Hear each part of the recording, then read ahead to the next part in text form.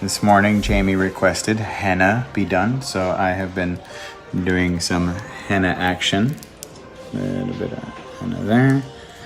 Look at that.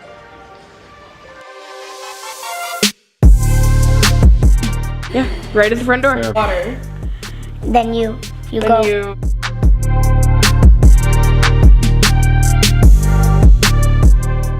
Can you smile? Is it good? What does it taste like? Dog food. All right, now it is time for the open house. Let's get ready.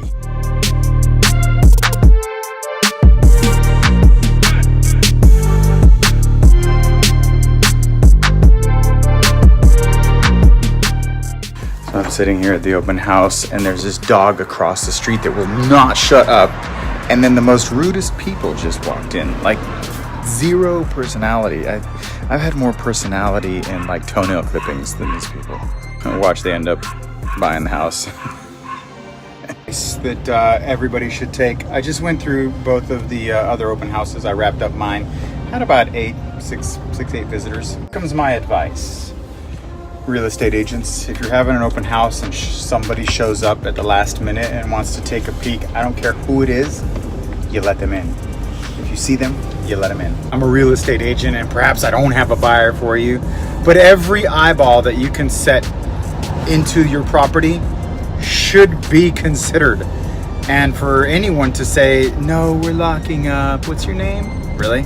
I just left an open house where the first one was a homeowner and they were just kind of pulling up. I'm like, is this still open? She's like, sure. She let me in real quick, in and out, right? Second one, I pull up and I say, you still open? She goes, oh, I'm so sorry. No, we've locked up. Part is that she had the key in her hand. She hadn't even put it back in the lockbox. Why? Why? Was your open house so goddamn popular that you didn't have one more like 60-second window to let another pair of eyes go through it? And then when I told her, hey, my name's James Festini, I'm selling the house around the corner, she should have been like, oh, by all means, you probably have the highest probability of having a buyer interested in mine since you're selling one in the same neighborhood for a similar price. By all means, preview my property. Oh, I'm sure she had some crocheting to do or some sort of like random quilting convention to attend at this last hour of Sunday night. Are you kidding me, agents? This is why I'm successful and the majority fail, because they don't want to work. Nicole has been eyeballing a bed set for Jamie, and one of her closest friends posted a bed set that's perfect for Jamie, and so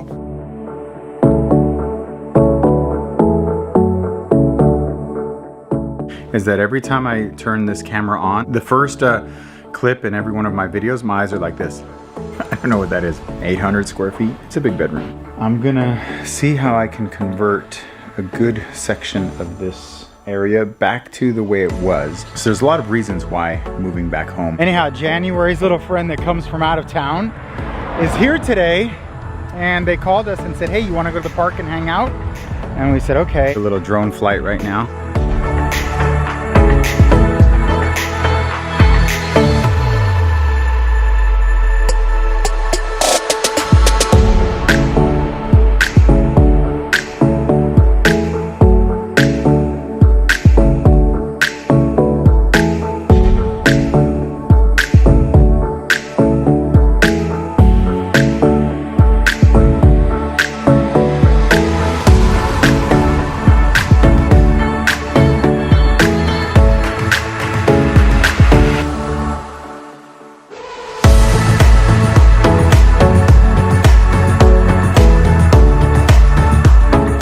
I was able to successfully move my office back upstairs, my studio and my office back up here. Check it out. All my lighting on a switch. Well, it turns out that the city of Yorba Linda, and I'm totally missing it, grand opening of that big complex that's opening up this year, I hope. I would think they would hope they opened up by Christmas so that they can get ahead of the holiday traffic.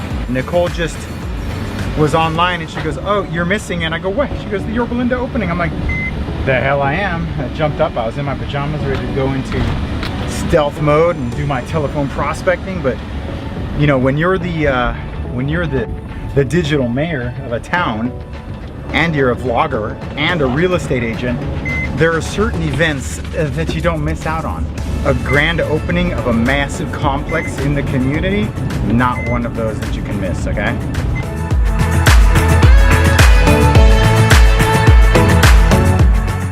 I just found out that it was for the parking structure. I was actually all excited that it was a for the whole complex. I'm like, ooh, I can't wait to ask the mayor if there's gonna be a Chipotle there. And it turns out it's just a parking structure. Damn it, I should have been flying the drone out here. Damn it, I always forget the goddamn drone. I should leave that drone in my car.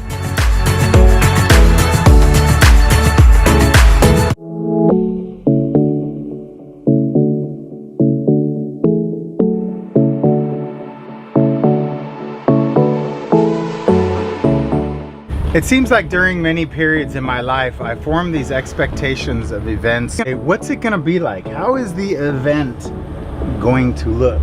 And you form this idea of towering balloons or like light shows, smoke and mirrors.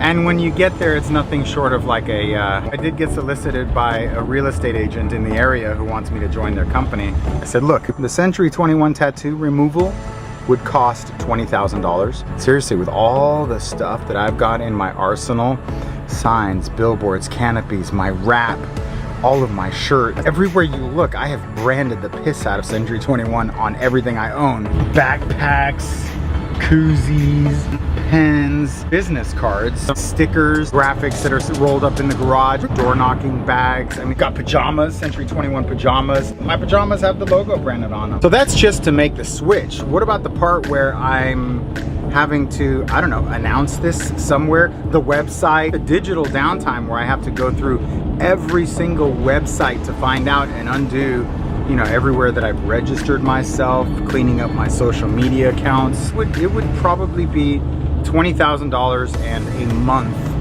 of setbacks just to unscrew or remove that Century 21 tattoo. And this is Coldwell Banker that they had asked me.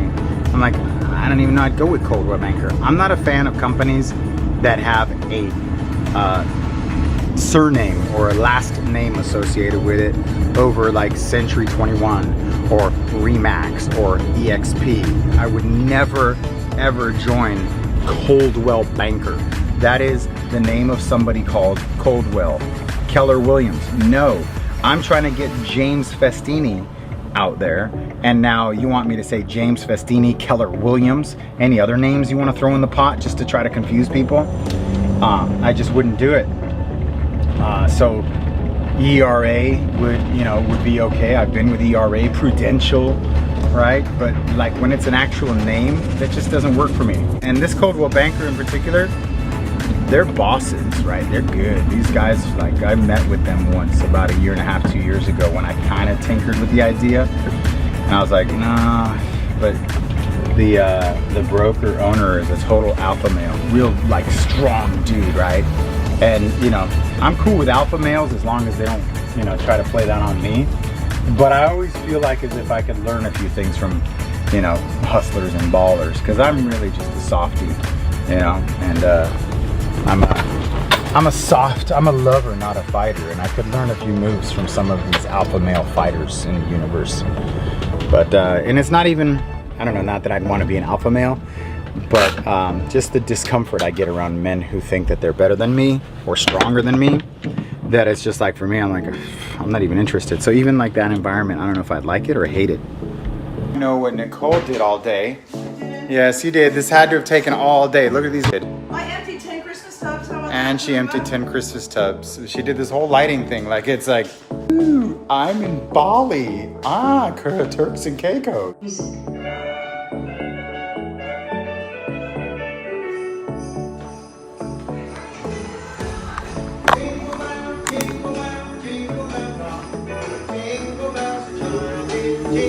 Ready to like unwind, and Nicole was like, oh, you still have some Christmas lights to put up around the windows 20 feet in the air.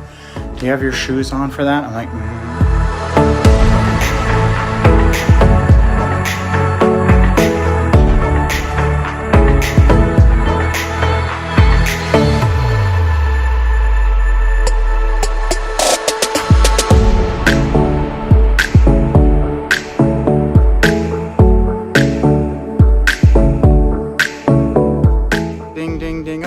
ding-a-ling too.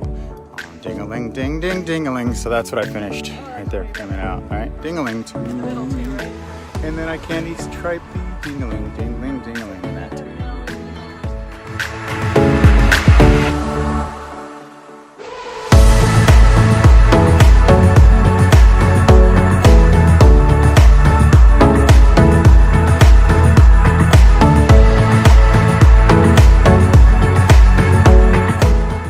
Went for a nice walk with the dog, and now I'm going to have like my 10th Thanksgiving meal. I'm just gonna keep eating Thanksgiving until it's all gone.